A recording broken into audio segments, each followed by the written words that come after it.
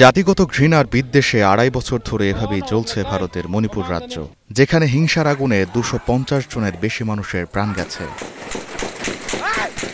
বাস্তুচ্যুত হওয়া হাজারো আর ক্ষুধায় কাতর লাখো মানুষের রাজ্যটিতে শেষমেশ সফর করলেন প্রধানমন্ত্রী নরেন্দ্র মোদী, সেটিও কেবল কয়েক ঘণ্টার জন্যই। রোড শো করে মণিপুরে পৌঁছানো মোদী বক্তব্য রাখেন জনসভায়। সবচেয়ে বেশি মানুষ প্রাণ হারানো চূড়াচাঁদপুরে আশ্রয় শিবিরে ক্ষতিগ্রস্তদের সঙ্গে দেখা করেন তিনি। বক্তব্যে মোদী বলেন, আশা ও বিশ্বাসের নতুন সকাল শুরু হয়েছে মণিপুরে, তবে উন্নয়নের জন্য শান্তি প্রয়োজন। গত ১১ বছরে একাধিক সংঘাত হয়েছে এখানে, তবে মানুষ শান্তির পথই বেছে নিয়েছেন। উম্মীদ আর বিশ্বাস কি নই সুবহ মণিপুর মে দস্তক দে রহি হ্যায়। এদিকে তার এই সফরকে কেন্দ্র করে সমালোচনার তোপ দাগিয়েছেন বিরোধীরা। কংগ্রেস সভাপতি মল্লিকার্জুন খাড়গে এক্সে লিখেছেন, প্রধানমন্ত্রীকে স্বাগত জানাতে মণিপুরের আয়োজন মণিপুরীদের ক্ষতে নিষ্ঠুর খোঁচা।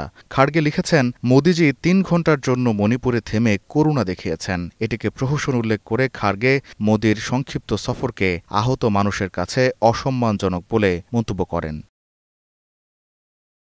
কংগ্রেস নেত্রী প্রিয়াঙ্কা গান্ধীও এক হাত নিয়েছেন মোদীকে, বলেন, ভারতের যে কোনো প্রান্তে সংকট হোক, যে কোনো দলের প্রধানমন্ত্রী বিপদে ছুটে গেছেন, এটাই আমাদের সংস্কৃতি। কিন্তু বর্তমান প্রধানমন্ত্রী সেটা করতে ২ বছর নিয়েছেন। তবু আমি খুশি, শেষমেশ তিনি সেখানে গেছেন।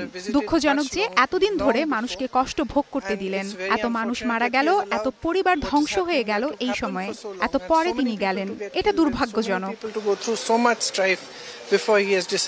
২০২৩ সালের মে মাস থেকে মূল উপত্যকার মেইতে উপজাতি এবং পাহাড়ি কুকি উপজাতির মধ্যে সংঘর্ষ বাধে। এই সংঘাতে প্রায় ২৬০ জনের মৃত্যু হয়। হত্যা, ধর্ষণ, অগ্নিকাণ্ড ছাড়াও বাস্তুচ্যুত হন প্রায় ১.৫ লক্ষ মানুষ। নিজের সফরে শান্তি ও উন্নয়নের বার্তা দিলেও এতদিন পরে প্রধানমন্ত্রীর সফরকে অনেকেই দেখছেন শুধু রাজনৈতিক পদক্ষেপ হিসেবেই। यहाँ पर कनेक्टिविटी हमेशा से बहुत बड़ी चुनौती रही है। গোলাম কিবরিয়া, স্টার নিউজ। सड़कें ना होने की वजह से